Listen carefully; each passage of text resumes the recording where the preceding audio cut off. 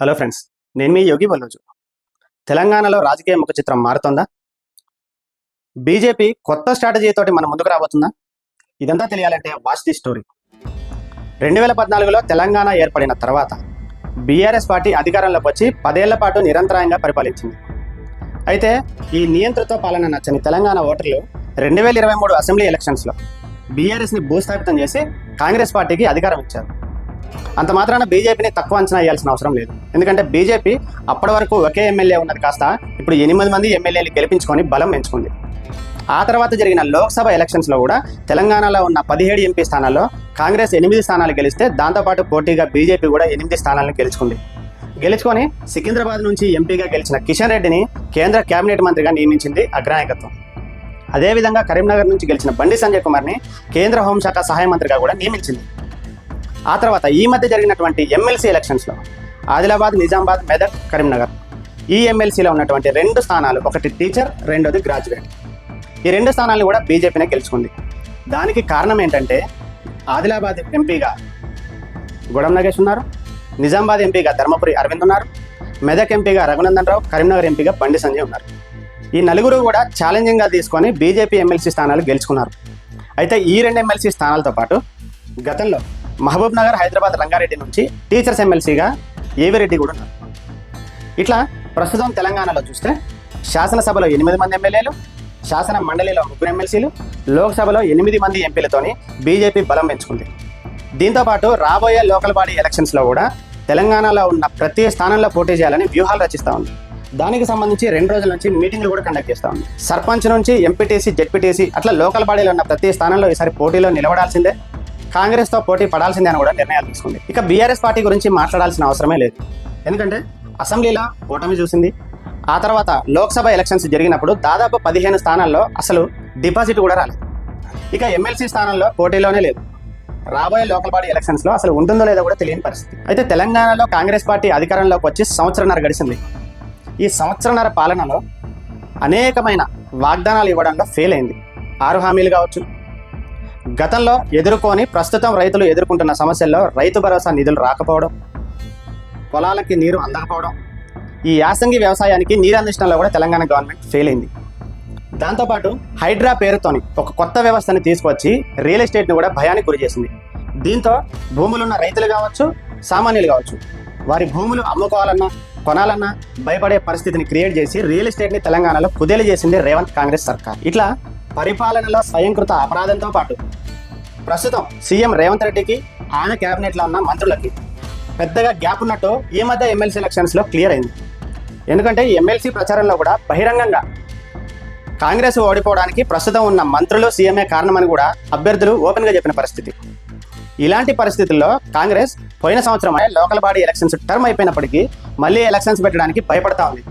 ఈ భయం పెరిగే విధంగానే ప్రతి ఎలక్షన్స్లో కూడా రిజల్ట్ కనబడుతోంది. ఈ మధ్య వచ్చిన ఎమ్మెల్సీ ఎలక్షన్ రిజల్ట్ కూడా కాంగ్రెస్కి ఇంకొంచెం భయాన్ని పెంచింది. ఇట్లా కాంగ్రెస్ పార్టీలో సీఎంకి, మంత్రులకు, ప్రజలకు, ప్రభుత్వానికి ఈ మధ్యలో ఉన్న గ్యాప్ని ఫిల్ చేయడానికి ఏఐసీసీ కేంద్ర నాయకత్వం మీనాక్షి నటరాజన్ అనే ఒక కొత్త సిన్సియర్ ఇన్ఛార్జిని తెలంగాణ పంపించింది. ఆ మీనాక్షి తెలంగాణకి రావడంతోనే కష్టపడ్డ కార్యకర్తలకు మొదటి నుంచి పార్టీలో ఉన్నవారికి అవకాశాలు ఇవ్వాలి, పార్టీలు మారి వచ్చిన వాళ్ళకి, స్వార్థంతో ఉన్న వాళ్ళకి ఇవ్వద్దు అనే విధంగా కూడా నిర్ణయాలు తీసుకుంటున్నారు. కానీ ఆ స్ట్రాటజీ ఎంతవరకు ఫలిస్తుందో చూడాలి. ఇక తెలంగాణలో నేను చెప్పబోయే బీజేపీ కొత్త స్ట్రాటజీ ఏంటంటే ఎన్డీఏ స్ట్రాటజీ. ఆంధ్రప్రదేశ్లో ఎన్డీఏ కూటమిగా Telugu Desam party, Janasena party, BJP ఈ 3 కలిసి కూడా పోటీ చేసి గవర్నమెంట్ ఫామ్ చేసింది మనకు తెలుసు. అదేవిధంగా తెలంగాణలో కూడా ఈ ఎన్డీఏ ఫార్ములాని ఇంప్లిమెంట్ చేసి 2028 అసెంబ్లీ ఎలక్షన్స్లో అధికారం చేపట్టాలని కూడా తెలంగాణ బీజేపీ భావిస్తూ ఉంది. అయితే 2018 అసెంబ్లీ ఎలక్షన్స్లోనే టీడీపీ బీజేపీతో కలిసి నేను తెలంగాణలో పోటీ చేస్తా ఎన్డీఏ అలయన్స్లో అని చెప్పి ప్రయత్నం చేసినప్పుడు తెలంగాణ బీజేపీ సీనియర్ నేతలంతా రిజెక్ట్ చేశారు. దానికి కారణం తెలుగుదేశం పార్టీ ఆంధ్రాకి సంబంధించింది కావటం, ఇక్కడ తెలంగాణ భావం ఎక్కువ ఉండటం.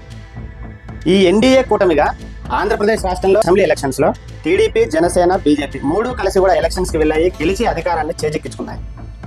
అయితే గతంలో కూడా 2018 అసెంబ్లీ ఎలక్షన్స్లో కావచ్చు, 2023 అసెంబ్లీ ఎలక్షన్స్లో కావచ్చు, తెలంగాణలో టీడీపీ, బీజేపీతో కలిసి పోటీ చేయాలనే ప్రయత్నాలు కూడా జరిగాయి. కానీ బీజేపీ అగ్రనాయకత్వం మాత్రం దానికి రిజెక్షన్ కొట్టింది. కానీ 2023 అసెంబ్లీ ఎలక్షన్స్లో బీజేపీ జనసేనతో పొత్తు చేసుకుని తెలంగాణలో పోటీ చేసింది. దానివల్ల కొంత ఓట్ షేర్ పెంచుకుంది. అదేవిధంగా 2028 ఎలక్షన్స్లో ఎట్టి పరిస్థితుల్లో తెలంగాణలో బీజేపీ గవర్నమెంట్ ఫామ్ చేయాలి అనే ఉద్దేశంతోనే ఇక్కడ నాయకత్వం అడుగులేస్తూ ఉంది. పైగా దక్షిణాది రాష్ట్రాల్లో పట్టు కోసం ప్రయత్నం చేస్తున్న జాతీయ పార్టీ బీజేపీ కూడా ఇక్కడ పాగా వేయాలనే ఉద్దేశంతో తెలంగాణ మీద స్పెషల్ ఫోకస్ చేసింది. ఖచ్చితంగా తెలంగాణలో అధికారంలోకి రావాల్సిందే అన్నట్టుగా కూడా అడుగులు వేస్తూ ఉంది. దాంట్లో భాగంగానే ఎన్డీఏ కూటమిగా 2028 అసెంబ్లీ ఎలక్షన్స్కి వెళ్ళాలి, గెలిపించుకోవాలని కూడా ప్రయత్నం చేస్తూ ఉంది. అయితే ఈ ఎన్డీఏ ఫార్ములా తెలంగాణలో అప్లై చేస్తే ముఖ్యంగా ఉనికి కోల్పోయే పార్టీ బీఆర్ఎస్ పార్టీ. ఇది గ్రహించిన కేసీఆర్ గడిచిన సంవత్సరంన్నరగా 1-2 సార్లు మాత్రమే బయటకు వచ్చిన కేసీఆర్ మొన్న ఉన్న ఫలంగా శుక్రవారం బయటకు వచ్చి ప్రెస్ మీట్ పెట్టి ఈ రోజు నుంచి నేను ప్రభుత్వ వ్యతిరేక ఉద్యమాలు చేస్తాను, ప్రజల్లోనే ఉంటాను అని కూడా ప్రెస్ మీట్ చెప్పి భరోసా ఇచ్చారు. ఈ ఎన్డీఏ ఫార్ములా ఫలిస్తే బీఆర్ఎస్ పార్టీ తెలంగాణలో పూర్తిగా తుడుచుకుపోతుంది అనే ఒక భయంతోనే ప్రజల్లోకి రావడానికి కేసీఆర్ ప్రయత్నం చేస్తా ఉన్నారు. మరోవైపు భారతీయ జనతా పార్టీ, తెలుగుదేశం పార్టీ ఈ రెండు కూడా తెలంగాణలో మెంబర్షిప్ కంప్లీట్ చేసుకుని సంస్థాగతంగా స్ట్రాంగ్ అయ్యి లోకల్ బాడీ ఎలక్షన్స్కి సిద్ధంగా ఉన్నాయి. మరి చూద్దాం 2028 అసెంబ్లీ ఎలక్షన్స్కి ఎన్డీఏ కూటమిగా తెలంగాణలో గవర్నమెంట్ ఫామ్ చేస్తుందా, లేదంటే కేసీఆర్ మళ్ళీ రంగంలోకి దిగుతాడా? కాంగ్రెస్ పరిస్థితి ఏంటి? ఎందుకంటే రేవంత్ రెడ్డి తర్వాత తెలంగాణ కాంగ్రెస్లో ఎవరు సీఎం అభ్యర్థి, ఎవరు స్ట్రాంగ్ లీడర్ అనే దానికి ఇప్పటివరకు స్పష్టత లేదు. ఇట్లా మొత్తంగా చూసుకుంటే బీజేపీ గడిచిన 5 సంవత్సరాలుగా తన బలాన్ని పెంచుకుంటూ వస్తూ ఉంది. ఈ లోకల్ బాడీ ఎలక్షన్స్లో కూడా బలాన్ని పెంచుకొని అసెంబ్లీ ఎలక్షన్స్లో ఎట్టి పరిస్థితుల్లో గెలవాలి అని పావులు కదుపుతా ఉంది. లోకల్ బాడీ ఎలక్షన్స్ అనేది ప్రస్తుతం బీజేపీకి సెమీఫైనల్ అంటే, ఎందుకంటే లోకల్ బాడీ ఎలక్షన్స్లో సత్తా చాటుకుంటూనే దాని ప్రభావం అసెంబ్లీ ఎలక్షన్స్ మీద ఉంటుంది కాబట్టి ఖచ్చితంగా గెలవడం కోసం ప్రయత్నాలు చేయాలి.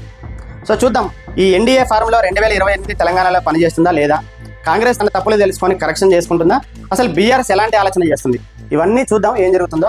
ఇది ఇప్పటివరకు ఉన్న అప్డేట్. నా వీడియో మీకు నచ్చితే లైక్ చేయండి, కామెంట్ చేయండి, షేర్ చేయండి, నా ఛానల్ని సబ్స్క్రైబ్ చేయండి.